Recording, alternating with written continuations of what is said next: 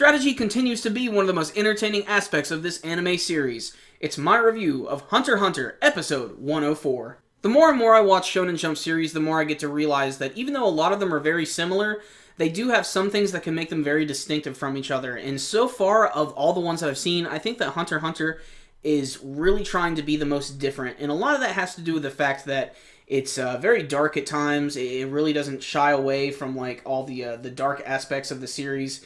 There's always blood, there's always violence and that type of stuff. But I love that even though we have characters with really crazy powers, they're able to explain them in a way that makes complete and total sense. And that's what they did in this episode. There were two characters that got to show off their abilities this week, and how they all worked was completely explained to us, and I really liked that. First and foremost, we got Nove. He is a character who has not really done much in the entire series yet, and it looks like he's getting ready to show off for the very first time. We get to learn that his abilities revolve around using portals. I don't know what he has to do with aperture science, but at least that's what I was getting from it when I first saw it. All I know is he can create these portals all over the place, and he can teleport to wherever he wants. This is really good for a number of reasons. One, when he does go through these teleportation holes, he's able to transport himself to this like giant apartment complex that is filled with these giant empty rooms, and he can store things here. He can go there if he just needs to hang out and relax, or he can even beat the crap out of some enemies and store them there as well. He actually goes up against the Dragonfly Chimera Ant, which unfortunately they didn't show in battle, but I'm guessing he really wasn't all that strong to begin with. The other part of the episode was the battle between Morel and Cheetu, which really wasn't so much a battle as it was Morel essentially just tricking Cheetu into being caught. But he goes about it in a really interesting way. He gets to use his smoke in a number of different ways. One, he creates a smoke clone of himself, basically to just sort of conceal his entire existence, and he also blows out some smoke, which he makes look like grass, which he puts over his body so that the real Morel can sneak away. While all of this is going on, he has created this giant rope out of smoke, which has slowly attached itself to Cheetu's leg. And when Cheetu realizes this, he starts flipping his shit, because he realizes he's basically being reeled in like a fish by Morel. And out of desperation, he decides to actually create a brand new weapon just out of nowhere. And it's basically this like big demonic purple crossbow with these 3 claws on it. Essentially, it's Guts' crossbow from Berserk mixed with Wolverine. Cheetu tries to use his brand new weapon, but it ends up just going through a smoke clone, and that's when the real Morel appears and decides that he's going to end this little game of theirs. And Cheetu actually does end up escaping again.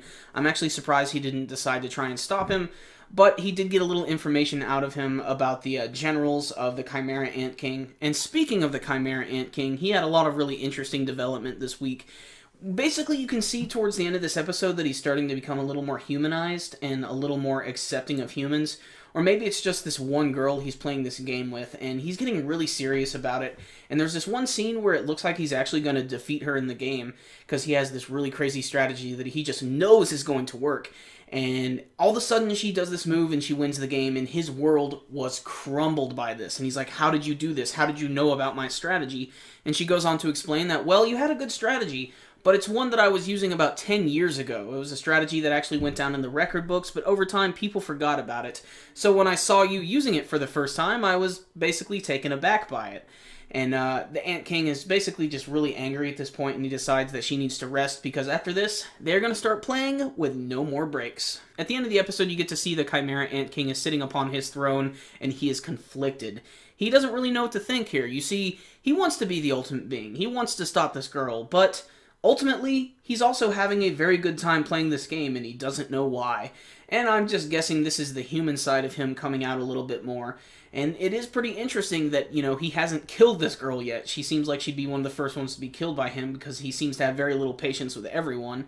But this is obviously just to show that he is maybe not as bad as we think he is, although he is still pretty freaking bad. The positives of this week's episode definitely outweigh the bad, and considering this one didn't even have any of the main characters in this episode, really was surprising. And that just goes to show that all of the other side characters within Hunter x Hunter are just as interesting. They have really cool powers that you want to learn about, and it seems like they can do so many different things with their abilities. Like Morel's using his smoke in a ton of different ways is really great. You know, the first time I saw it, I'm like, oh, he's going to be like Smoker from One Piece.